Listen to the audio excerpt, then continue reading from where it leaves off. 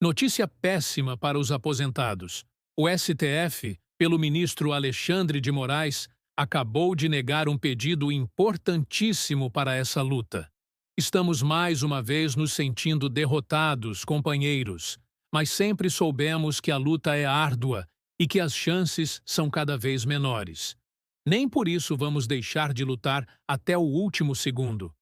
Você já faz parte do movimento de pressão ao STF? É o movimento que comenta revisão da vida toda já.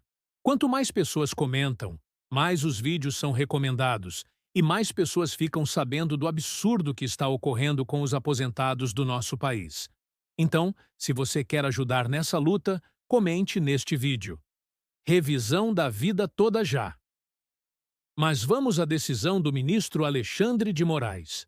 A decisão do Supremo Tribunal Federal que negou pela terceira vez o pedido da Defensoria Pública da União para participar da ação da revisão da vida toda como amicus curiae, pode ter consequências profundas para milhões de aposentados.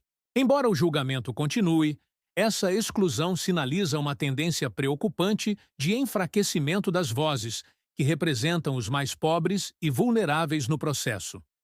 Ao rejeitar esse pedido, o ministro Alexandre de Moraes afirmou que a participação da Defensoria traria pouco valor ao debate e ainda poderia atrasar o andamento do processo. Na prática, ele não apenas aplicou o regimento interno do Supremo, mas também emitiu um juízo de valor sobre o conteúdo da manifestação da DPU, o que abriu margem para muitas críticas. A Defensoria Pública da União tem como missão representar justamente os cidadãos em situação de maior fragilidade econômica, como idosos, pessoas com deficiência e trabalhadores que dependem integralmente do INSS. Impedir que essa instituição participe de um julgamento que discute os critérios de cálculo das aposentadorias vai muito além de uma questão técnica. O relator da ação, no caso o ministro Marco Aurélio, já havia negado esse pedido em 2021. Alexandre de Moraes apenas reforçou essa posição, amparado na regra de que a decisão do relator sobre aceitar ou não uma entidade como amicus curiae é privativa e irrecorrível.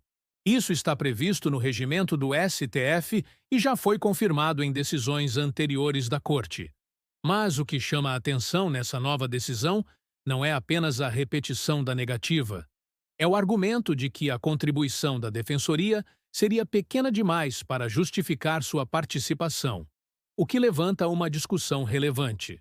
Afinal, até que ponto um ministro pode avaliar previamente se a manifestação de uma instituição pública seria útil ou não? O papel do amicus curiae não é o de mudar o resultado do julgamento ou recorrer das decisões. É o de auxiliar com informações, dados técnicos e pontos de vista que ampliem o entendimento do caso.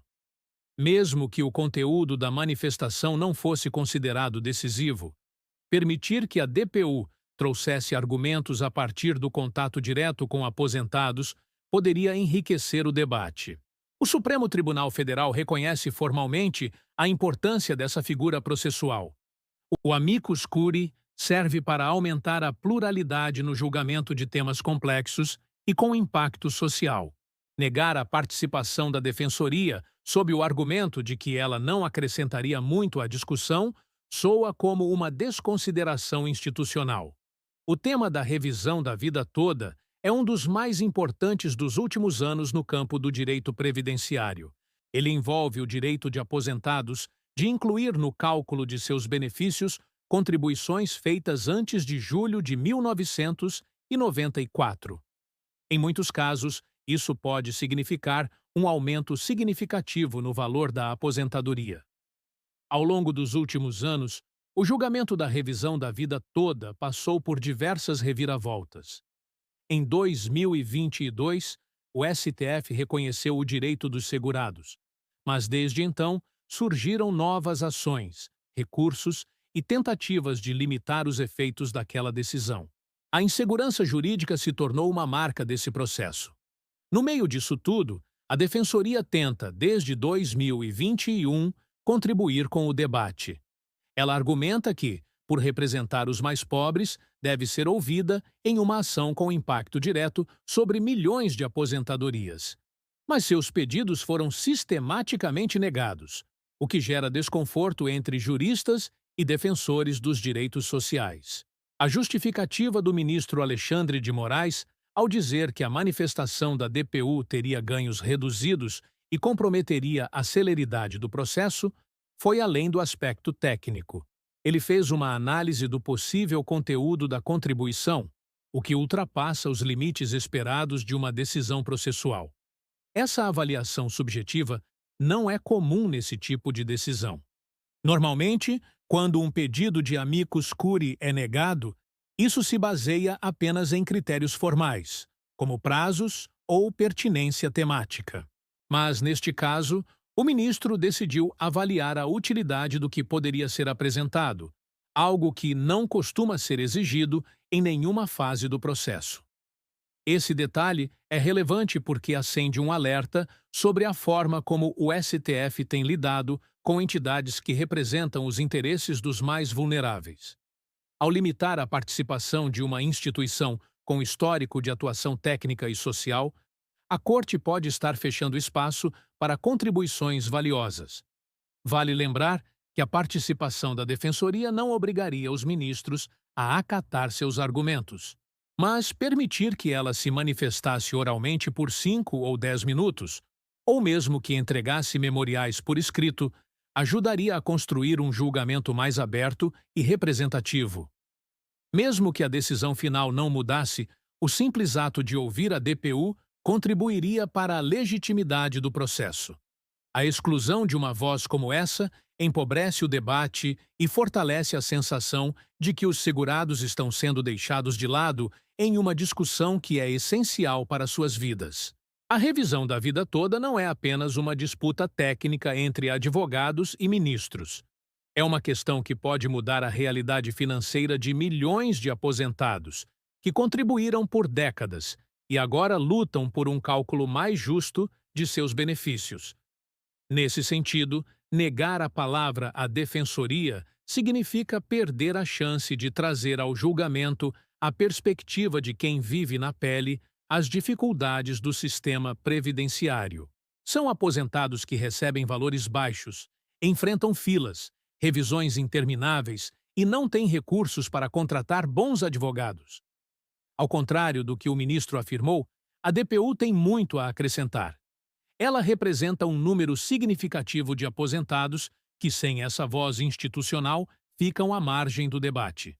A negativa, portanto, não é apenas um detalhe técnico. É um símbolo de como a justiça pode se afastar de quem mais precisa dela. É possível que o julgamento continue sem grandes mudanças no conteúdo da tese, mas a exclusão de uma entidade como a Defensoria fragiliza a construção de um processo democrático e acessível. Isso enfraquece a confiança nas decisões judiciais, especialmente em temas de grande repercussão social. Quem acompanha esse caso desde o início sabe que cada movimento no processo tem peso.